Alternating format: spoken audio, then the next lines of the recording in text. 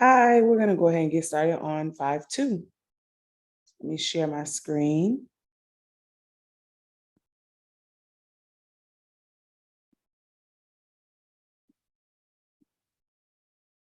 So 5-2 is all about exponentials and logarithms again, just like the whole entire chapter is about, but specifically looking at what inverse functions are and how we can recognize inverse functions. So without further ado, let's get started. Find inverse functions. Many actions are reversible. Like if you get out of bed, you can get right back in. That kind of reversible.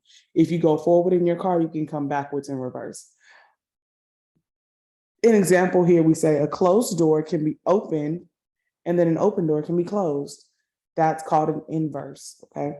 You can add $100 to an account and then take it out of the account, inverse. These actions undo each other. In mathematics, the concept of reversing a calculation and arriving at the original is called an inverse. So inverse is like, they are reverse actions, something that undoes an action. So we're going to state the opposite, okay? So put on a coat and go outside. The opposite would be come inside and take off your coat, okay? Add 5 to 10 would be subtract 5 from 10. Okay. Notice that going back to A, I'm sorry, you start inside with no coat. You put on a coat and you go outside. So you end it outside. So the first thing you want to do is come back inside and take off the coat. Okay, so if this was first and then second, you went outside, the inverse is going to say come inside first and take off the coat. When you end, you'll end inside with no coat. So you'll start and end in the same position if you use inverse operations.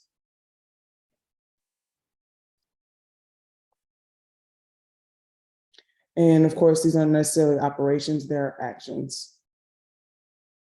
Okay. So in B, you started off with 10, you added 5 to it. The inverse says now take away 5. So we're going to undo what we did.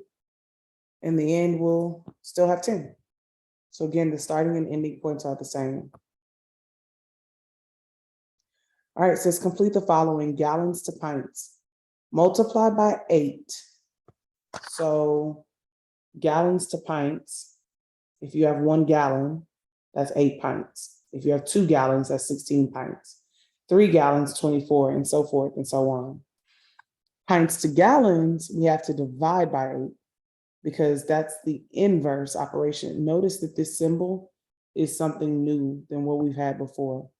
Usually we say the function is f of x. The inverse of the function is -1. That means to undo. So this is inverse notation.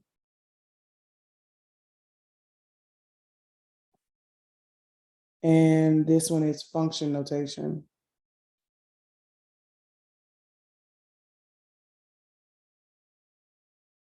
Okay. So x divided by 8. So f of 1 means if we have 1 gallon, we have 8 pints. Whereas f inverse of 8 tells us if we had 8 pints, we're going to end up with 1 gallon.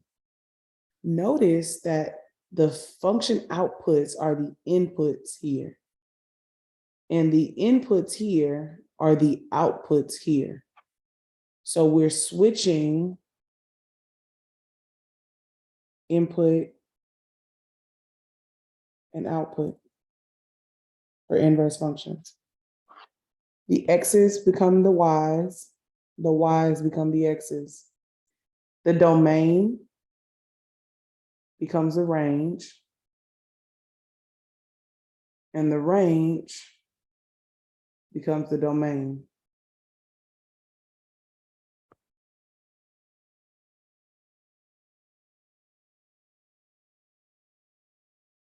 Okay.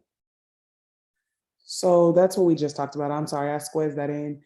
What do we notice about the tables? We notice that the inputs and the outputs are switched. The X's and Y's are switched. In general, if a function has an input of A that gives an output of B, then the inverse will have the input of B and give the output of A.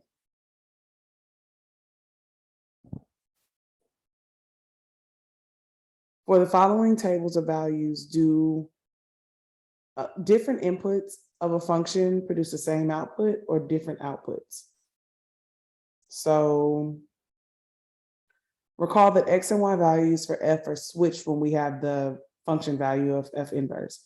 Therefore, for a function to have an inverse, different inputs of a function F must produce different outputs. We call these one-to-one functions. So like, is the function of, is the original function a function, and then is the inverse a function also? So remember, like, to be a function, your Y values cannot be different for the same X value. I feel like I'm gibbering right now, so let's just do a problem because that's just way easier. Here, 2 goes to 4. 3 also goes to 4. In the world, like in the definition of a function, that's totally fine. That's cool. Or was just popular. Okay. But if we were to find the inverse of this, then we would have 4 going to 2 and 4 going to 3, and that would not be a function. Okay. Whereas all of the inputs are going to different values. There's no repetition in the Y's. That would be called a one-to-one function. F is not one-to-one because they both share 4. Whereas in B, they have different values, so it is one-to-one.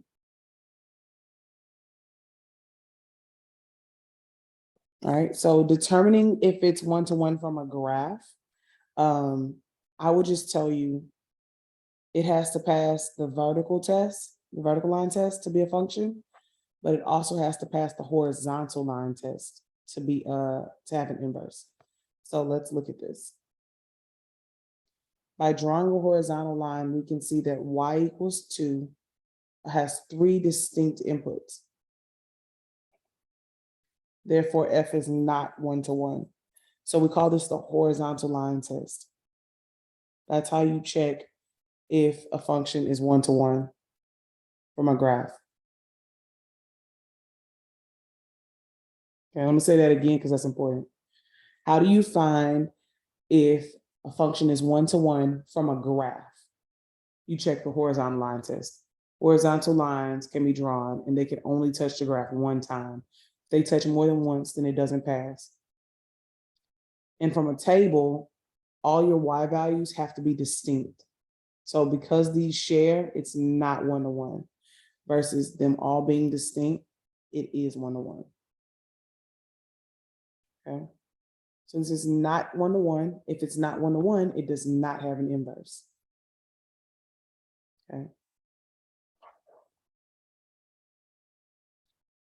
This is one-to-one. Therefore, because all of these horizontal lines only touch our function one time, so it does have an inverse. It is one-to-one, and it does have an inverse. Determine if F is one-to-one. So how do we find if it's one-to-one from an equation? So from a graph, we can do the horizontal line test. From a table, we just look for distinct output values. And so sorry, from an equation, we're going to just say, what type of function is this? This is a line. And if you have this line, this positive slope, if you draw horizontal lines on it, they only touch one time. So it is one-to-one and it does have an inverse. Absolute value looks like a V. That doesn't pass the horizontal line test. Quadratic, that doesn't pass the horizontal line test.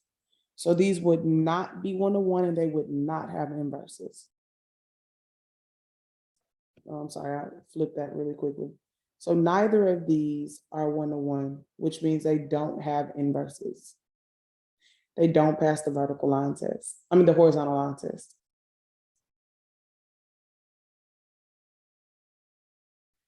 Let F be one-to-one function.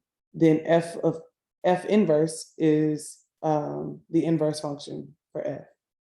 Like they undo each other. Every element of X in the domain switches with the Y. So let's just verify that these guys are inverses of each other, okay? If we do a composite function, composition function, meaning you plug this one inside of this one, or you plug this one inside of this one, you're always gonna end up with F of X equals Y. Like you're always, I'm sorry, X. You're always gonna end up with the value of X if it is indeed true, okay? So F of F inverse, they undo each other. So you'll end up with just X is what we're saying, okay? So what we're gonna do is we're gonna say, let's take our inverse function and let's plug it into our new function. So we'll put that in for X. So this is 8 times X over 8. Well, 8 over 8 cancel and you're just left with X. Let's do it the opposite way.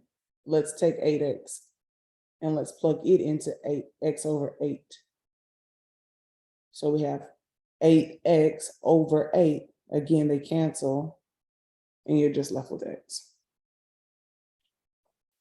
That tells you that those are indeed inverses of each other. Now, let's just say you confused and you're like, what are you doing? This is so much. All we're saying is the composition function is always going to equal X. But you can also look at this and say 8 times X, X divided by 8. One, you're multiplying by 8. When you're dividing by 8, multiplication and division are inverses of each other. And each of them just end up with just X. Okay. Now let's look at how the textbook explains this.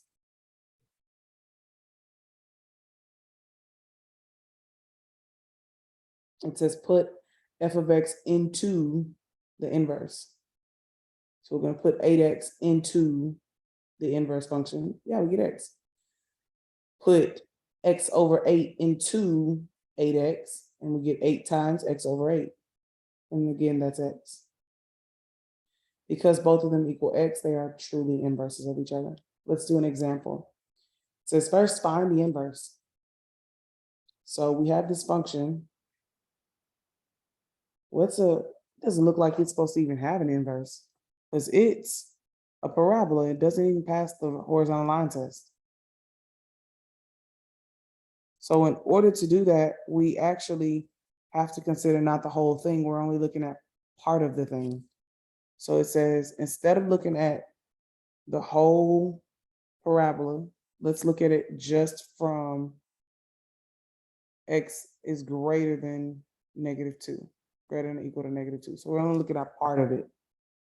Okay, so that does pass the horizontal line test. Okay, first, to find the inverse, we need to solve for X. So we take our function and we write it with a Y. This is so important. Rewrite F of X as Y.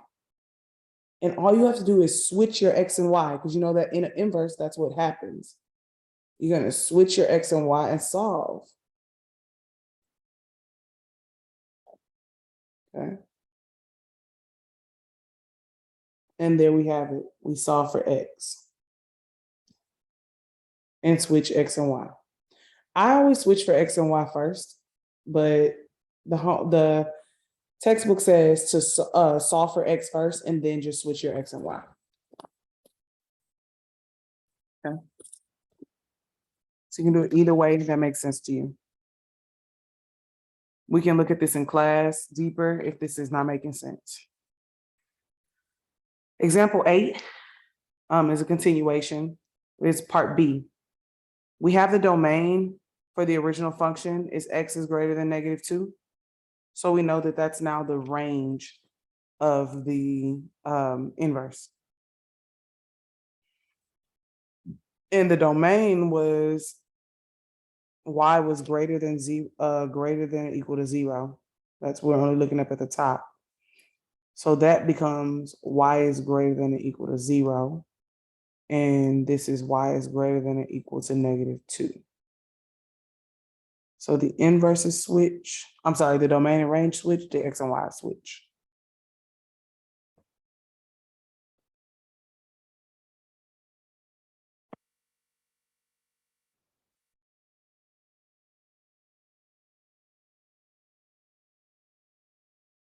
The domains always switch, the x's and y's switch. Okay.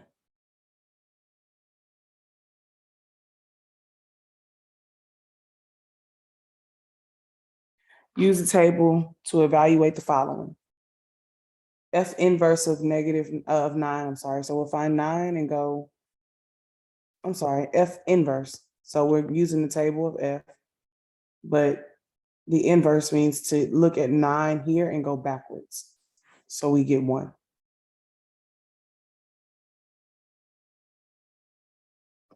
G inverse of 3, we find 3 and go backwards. So it's 7. The textbook is telling you, hey, maybe you should just switch the tables already so that you have your X and Y in the right spot and you can just read the table directly. For me, it just makes sense to look for the 9 and the output and go backwards for the output. The input. Okay. F of G inverse of 3. So first we find G inverse of 3 and then we substitute that value into F. So G inverse of 3 is 7. Okay, then we find F of 7, and that's 1. Okay. The D is the inverse of 7. So we're gonna find the inverse of 7 first, and we get 9. And then we go 9 and go backwards and find 3.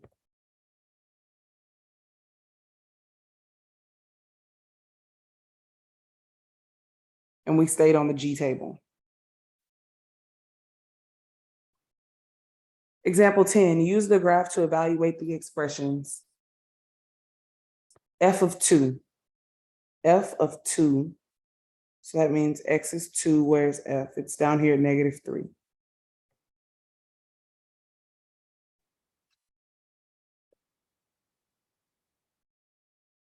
What it says is just like to solve these easier, maybe you make a table first. Make a table of all the values. And that is where this comes from. For the inverse, switch the values and make your table. So when we want to find the inverse of -3, we say -3, go backwards 2. Okay. Another way is that, when you're doing inverses, you find -3 on the y-axis and find out the x. That's how we get 2. So there's 2 ways to look at it, visually and then from a table. F of F inverse of -1. So F inverse of -1 is 1. F of 1 is -1.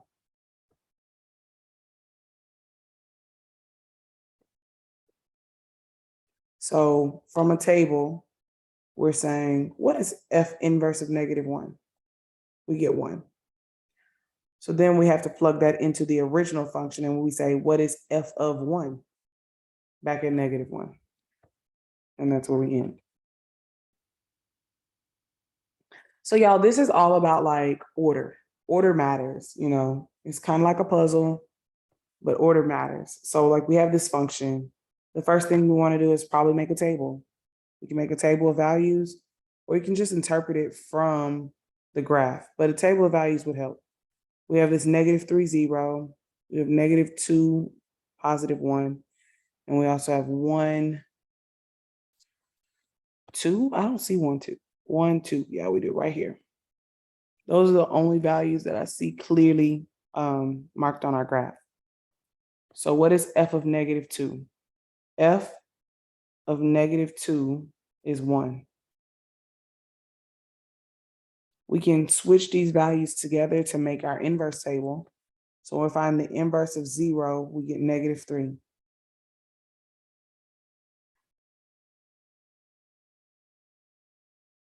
All right, and then for the composite function, you start right here in the center. Inverse of 2 is 1. We take this 1, plug it into the original function, and what do we get? We get right back at 2. What you will notice after you do these so often is that when you see this of this, you can cancel it out. Inverses cancel each other out. So the answer is right there in front of you, is 2. All right, example 12.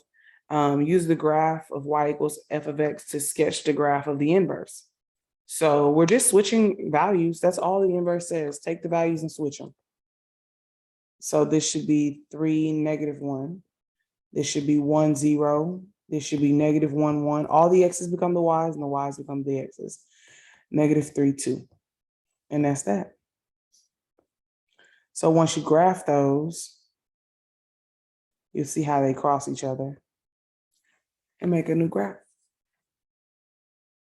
The graph of an inverse always, if you fold it diagonally, they'll land right on top of each other. So they have diagonal symmetry.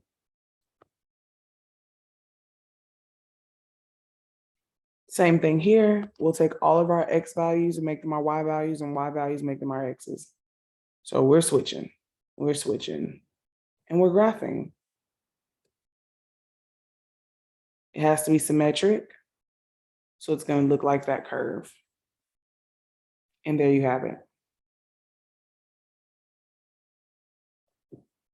And the last example is an application problem. Example 14.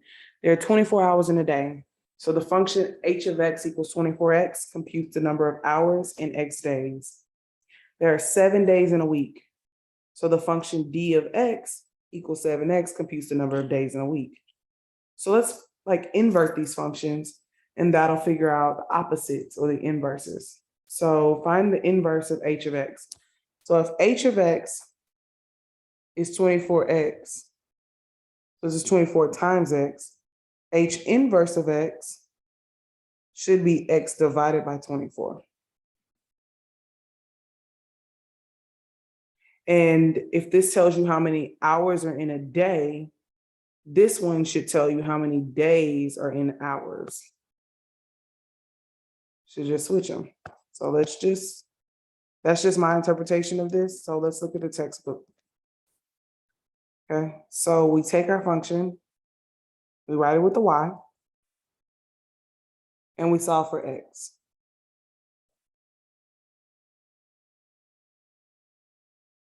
And then we switch the x and y. And then you change your y and write it as an inverse.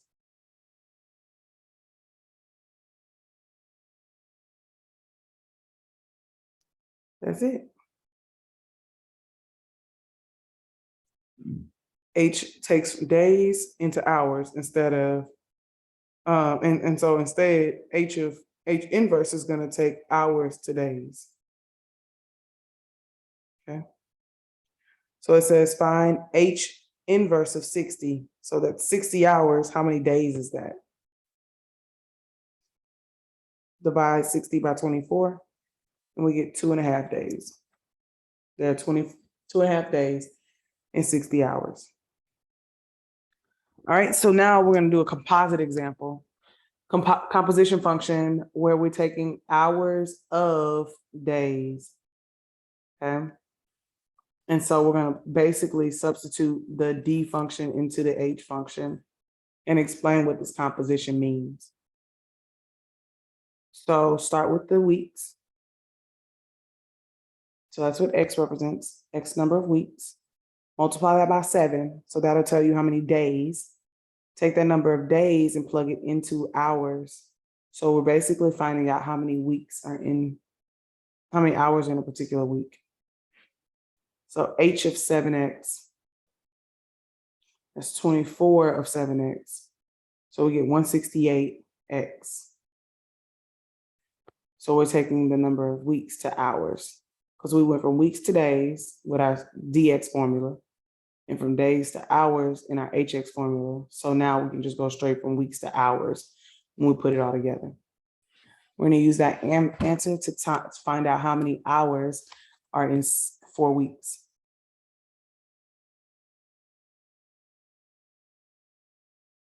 And we get 672 hours in 4 weeks.